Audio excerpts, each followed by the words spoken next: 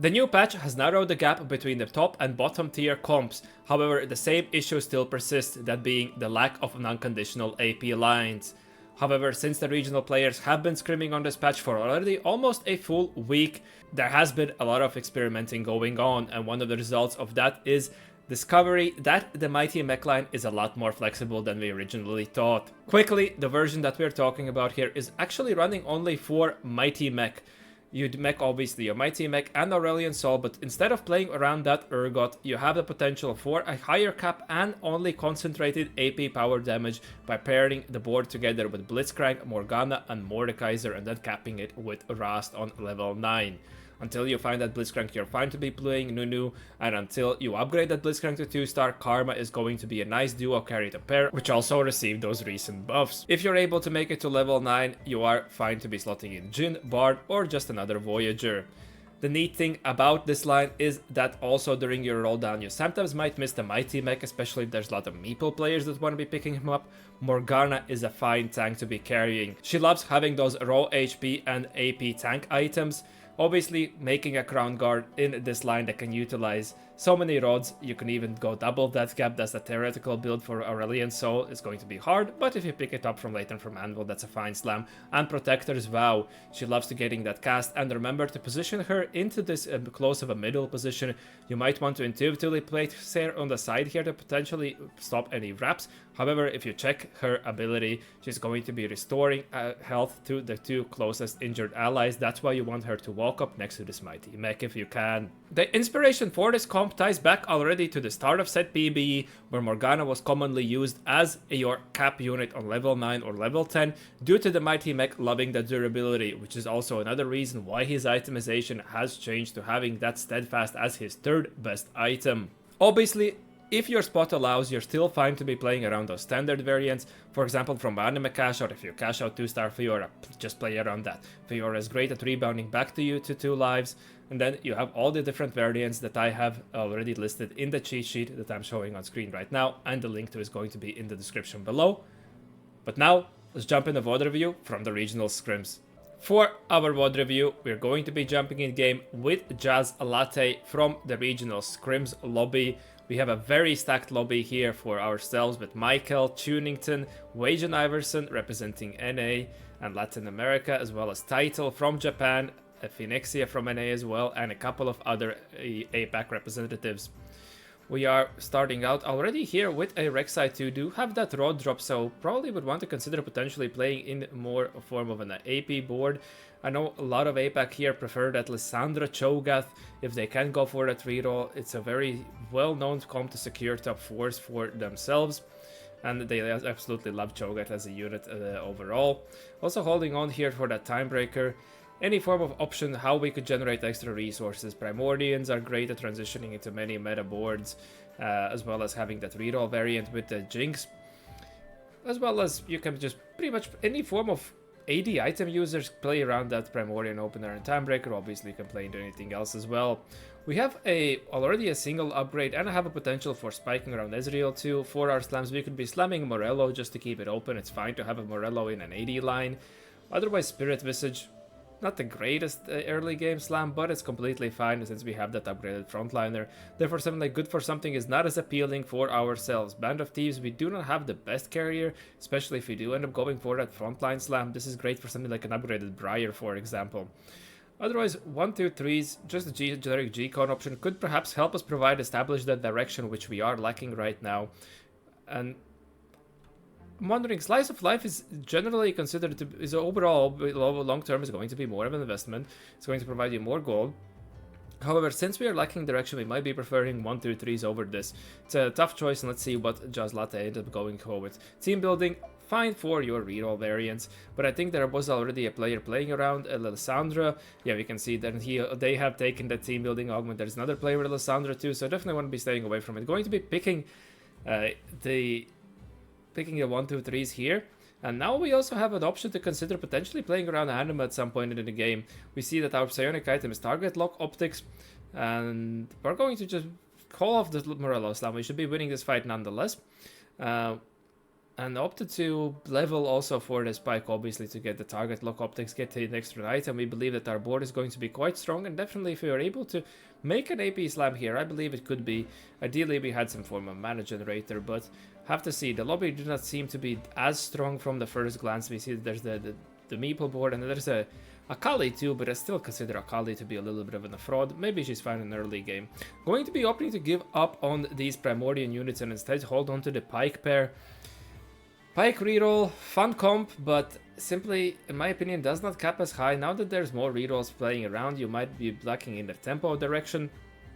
And fast 8 players are generally going to be playing already from earlier tempo spots. So if you do not naturally upgrade fully, but we do natural Pike too, so we should be definitely in the store for a strong opener.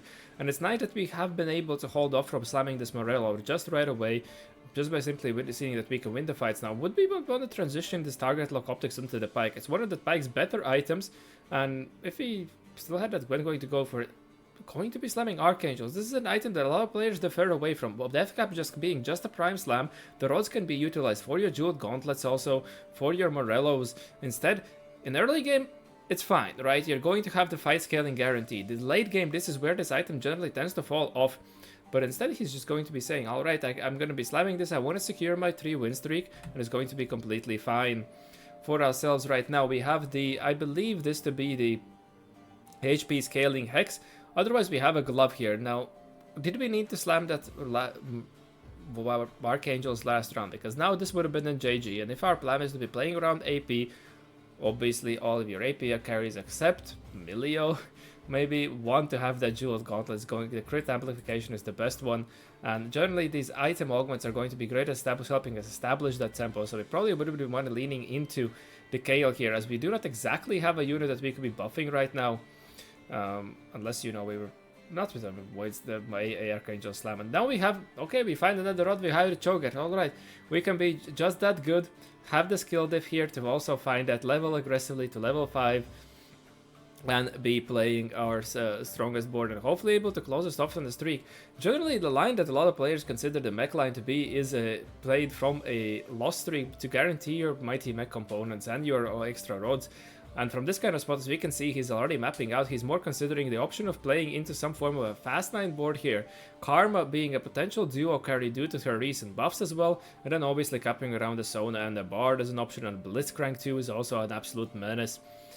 This is going to be interesting to see how, as we know that he's in this game ending up in the Mech line, but nonetheless we always have to approach these games with the mindset of seeing what's the possible plays, how did we manage to navigate into this line, what made us change or perhaps divert from our original game plan, in every situation evaluate the best play based on the information we have in the game so far. 3 items on our Aurora. It's already been considered a weaker carry, but nonetheless we're fighting here, unfortunately, Phoenixia with MF2. Not going to be able to complete that 5 streak, but I believe that around any other, she should be fine with 2 Voyager to be carrying in with 3 items on stage 2.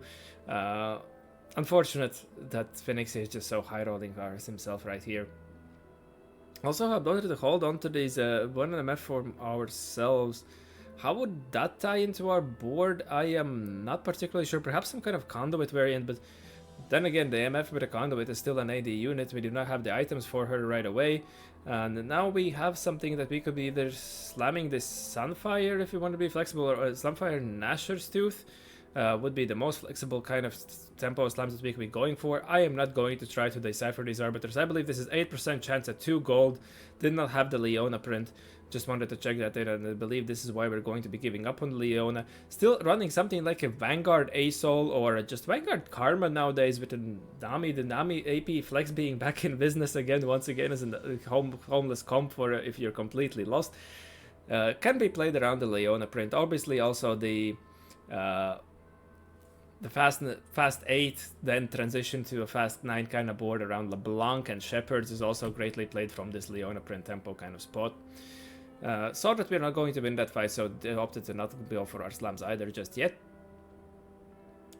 Since we have taken Econ until 1 streak is broken, Ascension is something that's theoretically good for the Mech line, as when you need to stabilize on this stage 4 from your lost streak spots. It's great to get that reach to the damage jump, and it's generally the Mighty Mech is quite able to stall to these 12 seconds for it to proc. But if you're playing from a tempo spot, we have to be considering playing for something like a top 2 from right when we start, and this might not be the most beneficial, and then also neither in the moment, since we do not have have not made those tank slams to reliably proc this. Crash Test Dummies is just a fine generic eco combat option you could be considering. If our plan is to still play fast 9, then I would perhaps consider doubling down on Econ here with Epoch. And it seems that, yeah, he's going to be defaulting that. Plot Armor is great for something like a brawler boards that have these already a lot of HP, just to gain more stats. If you're running 2 Bastion, this loses a little bit of value since you do not benefit as much from this 8 armor and MMR, but it's completely fine as well. A Pathetic Forge though. Since we have lost our win streak, we have to be a little skeptical about Fast 9 game plan right here. Perhaps this can provide us with some form of a direction, or we can just hope for Straka's Miracle, which can be considered a generic, decent tank option. Are we wanting to establish direction from this is my question right now. Or are we going to be doubling down on the econ, wanting to push the tempo? Booster pack would have been even a better option, and now our options, Sarakas and Ares. Ares plays decently into these Fast 9 boards. Quite alright in that department. And otherwise it's just ASOL. From my read, it's alright also on Lissandra for tempo purposes, but it's not going to be as strong in the later stages of the game. This is you just pick it in the early, since the orbs do not really scale as much, and then synergize with ASOL since he's, you know, shooting his stuff around and able to hit a lot of things. But otherwise, you just take it for it's not something that completely defines your endgame apart from the ASOL. And we have opted to also slot in Anima. Now, as we can see, our plan isn't exactly to lose streak here. So perhaps we're just going for a little bit of extra resources.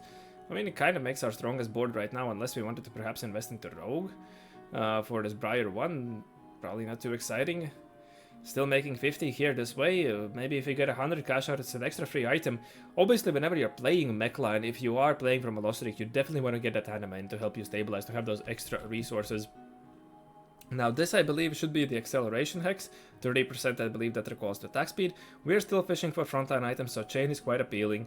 Both Yasuo and Kayle are good gods for this Mech line. Yasuo has the potential of cryogenic, solar, and electros hex that are all insane into this line.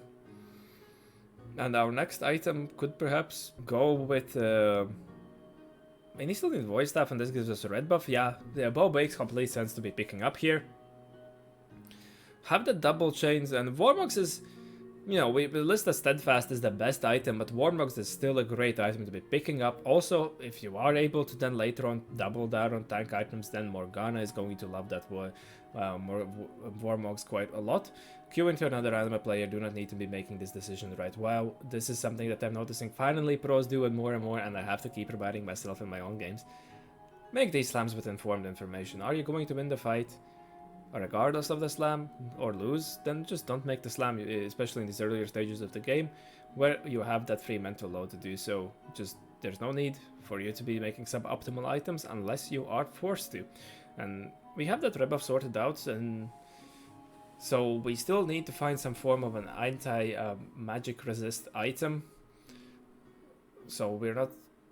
I mean, I believe, what else could this rod become? Unless our plan is to be... Well, we're not making the Nasher Stoots anymore, so this is interesting. But we saw that we are going to, again, Phoenixia is going to run her streak once again at the end of the stage. And we are not going to be going for that Warmog Slam. Still interested to see what he might have in back of his mind. Maybe Spirit Visage as a third item is also considered fine, since you are giving up with the durability, but we are still not there. We find one stone plate to complete. And we find another bow. This is going to be interesting to see how we manage to make our items work out. Fine to slam one of those stone plates, but still, I don't think since he has not put it in the planner, these mech line, I'm not too hot. I'm still wondering what his game plan is here, because this guy seems like the situation where we're just a little bit of homeless. We are not exactly sure what we're going to be playing. We're playing some form of an AP for sure, and with these item slams we can realistically be playing around ASOL, because there are no other 4-cost AP lines except like Karmanami Flex, but I wouldn't be expected to be playing that from this kind of a spot. Or Fast 9. We're a little too low on HP for Fast 9, but perhaps Well, let's just do a quick math here. We would be losing about 12 to 14 a round, so we'd be essentially making it to level 9 with 1 life. And unless we find Econ here, we're not going to be having enough gold. From these augments, Golden Gamble, since we would probably ideally increase our item quality, could be great. The Mighty Mech line, both Radiant Death Cap, any Radiant Jeweled Gauntlet also is completely fine, or even Void Staff. But Radiant Death Cap and Stoneplate are the prime items you would be fishing for. Jeweled Lotus, we have Jeweled Gauntlet, we're not going to be wanting that. If you do not have the Jeweled Gauntlet, then this can be a bailout for you, since also Blitz and Karma can benefit from quite a lot, but you want to be having other synergistic items for that case, obviously. Baron's Lair is also completely fine as a stall augment, similar to Ascension, but if you need items, you obviously want to pry your items. Call the Chaos can be considered more as an item cash out, but there are some burners that we could be receiving right now. For example, the Golems into this line do not play that well. And also from our game plan right now, if we found a golem, it will be a little tricky for us to work around. So Golden Gamble just considered great. We're going to get lucky for ourselves. Going to be cashing out here our cash out and find that early Blitz right away. This is the part where for this line the Blitzcrank is kind of the barrier for you, right? You are obviously, as I mentioned, playing around that Nunu completely fine. But the Blitzcrank gives you another prominent AP carry to get online, especially around together with that Karma. Going to be going slow level 8 as well. We see that there is the player playing around some form of a Victor board. Michael right here. Is he playing the reroll variant with Bronze for Life? I would imagine he might be, given he's also level 730 gold right there. For ourselves, we have opted to perhaps go for another cash out, but we'll be making... we would not be getting another 200 cash out right there. The item that we got is just, yeah, it's I wouldn't be able to tell on the top of my head what it exactly does, but it's not one of the ones you're excited about. We would ideally would have gotten a frontline item to complete, but we have a Steadfast Slam, which could be completely fine. Ideally, we're going to be saving our component here, perhaps find another Stone Plate. Seeing what the other players are playing around in the lobby, still to see, but I don't think our units are any form contested. Now, this is the Electro Charge Hex. This is the juice for your Lilian Soul. Have the possibility for a Cloak to complete a double Stone Plate, and then the Bow can transition into the Void Staff for ourselves, leave that open, and then with the Glove we can just maybe find a DG if we wanted to. And yeah, I think we have actually mapped out the board finally. We have that Mighty Mech, might have missed that part, and now we're going to be rolling down Rast. Find slot in. This is another thing you can do if you do not find the Mighty Mech 2. You do not mech him and just keep the Rast around. Still, coming out of this PV round, this timer is quite low, so we do not really manage to complete our roll down. Managed to mech our units here for the time being and put the utility onto the Karma. Did not get our Hex down, and we're going to be taking a big loss here to Tunington playing around that, well, too tanky. Third patch in a row, we're going to be facing the too tanky. I am already a little fed up about it myself.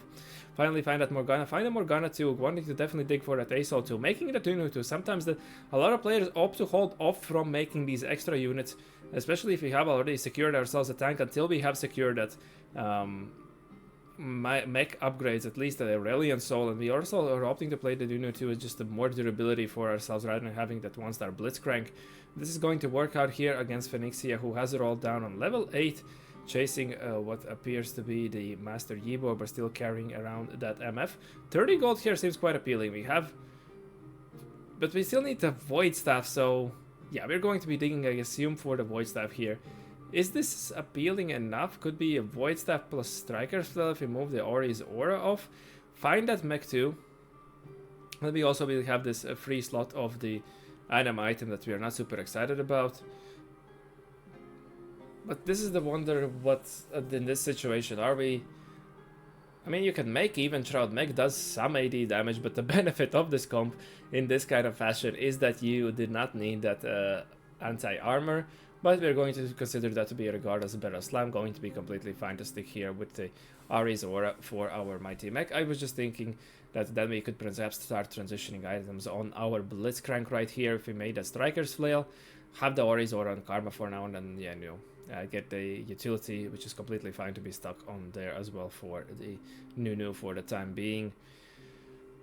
Yeah, and we can see we don't make the Mighty Mech to get the Rast in right there and find that Karma too. We are evaluating that we still, this is, you can see how close the lobby is. Just sacking here would perhaps cost us a placement or two. We want to be quite strong. We still have that Mighty Mech 2 to chase to actually receive quite of its powers back, as 4 Mighty Mech is a considerable amount of AP on this Aurelian Soul. And we are completely fine now, in my opinion, to perhaps start angling at level 9. We just have to evaluate our matchups. Now he's still going to believe that we want that Mighty Mech to find it, going to make it. Most likely explanation here being that simply these items are not the best ones for Morgana, right? She more loves that raw HP and AP scaling into her, and Protector's Vow to get that cast off faster. But it's completely fine in this kind of a case. And we are fine to play against this Ghost of the 2 tanky board. It's still a very close fight. And now we found a Crown Guard. Das is going to transition onto the Morgana, can transition 3 items onto her. Huh. I mean, alright. Not exactly sure what the reasoning being behind that. If you know, you can let me down in the comments. But this is going to be fine for ourselves. And we see, let's see how we fare against the Bronze for Life board. Michael opted to push the level 8 there, still playing around that. None of the 3-star units. Unfortunate game from his side, it seemed, because there was a player playing around the MF. So I would assume, yeah, we have this Samira Warren. So I would assume the 3 cost being pulled out quite a lot. But we are in a good spot now to secure ourselves a top 4, ending up on the stage here, and maybe we will be able to push the level 9 there to finally slot in the Strast. You can see that he's already carrying... no, but we also opted to give up on the Blitzcrank. This is also in the thing that I missed when we were sold the Blitzcrank and just kept around the Nunu. Just, well, because if you have a Nunu too, he's obviously going to be quite strong, and you're going to be denying the Nunus from a lot of these other players who might be chasing them. And with a single round, we are ourselves into the top 4.